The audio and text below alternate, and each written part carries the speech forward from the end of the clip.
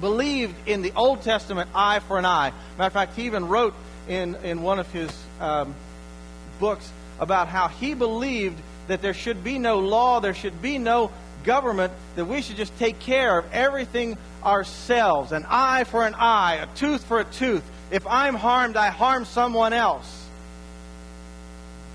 Leo was looking for anarchy, not peace. Jesus said, if you take that, you don't get peace. You just get pieces.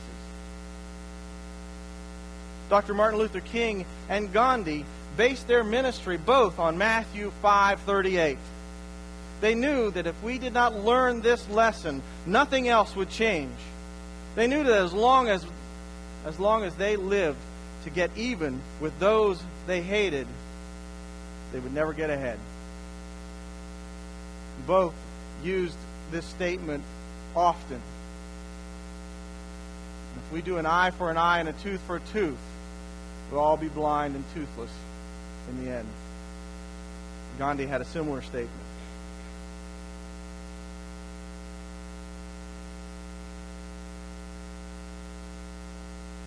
Gentlemen, I'd like to tell you about that I read some years ago. I took a book out of the library, and it was about all the Medal of Honor winners, leading as far back as the first one, and I don't know when the book was written, but I think it was sometime in the 70s. And there was an interesting gentleman who was written about in there.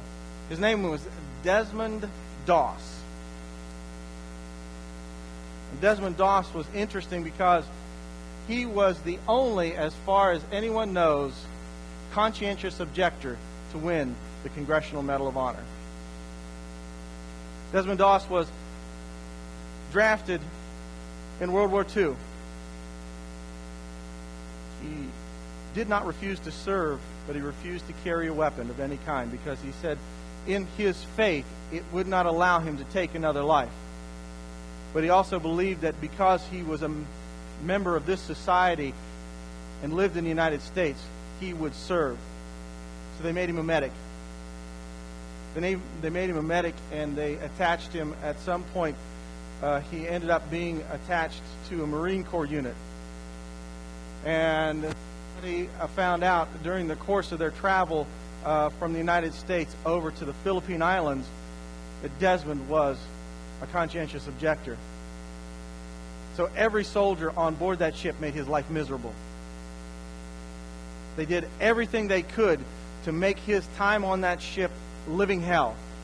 Of course, to his face, they called him a coward, but everything else they did to him, and it didn't describe a great deal in this book, but they told that for weeks as they sailed, he had nothing but himself because no one else would talk to him except to give him a hard time.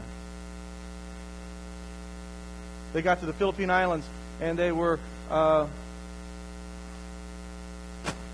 in a battle on a precipice where there was no way out. They got trapped or kind of got surrounded by a superior Japanese force.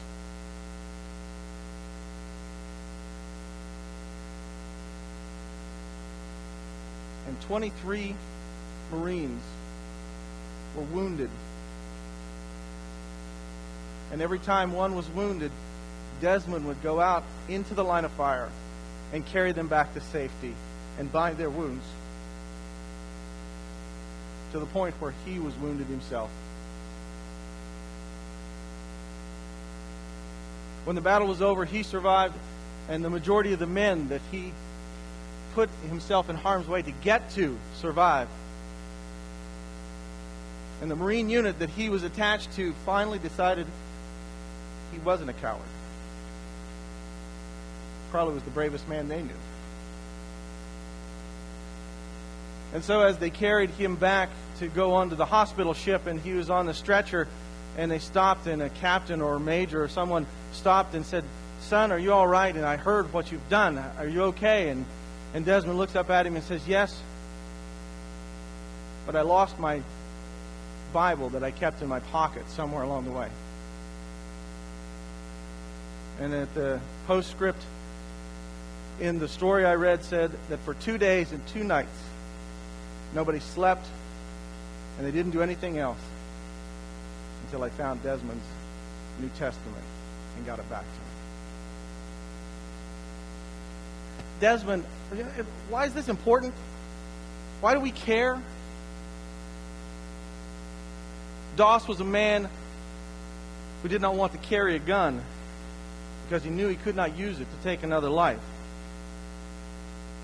He would not take an eye for an eye. Instead, when the Marines that called him coward, he turned the other cheek. When they said, walk 1 mile, he walked 23. And in the end, he became the victor. Because he followed God's will, not his own, not anybody else's. An eye for an eye. It's easy to say that. But who among us, as Christ would say, has not sinned? Let that person cast the first stone. We need to get beyond seeking out revenge for what we think someone's done for us. We need to go to where we all need to be, and that's in prayer.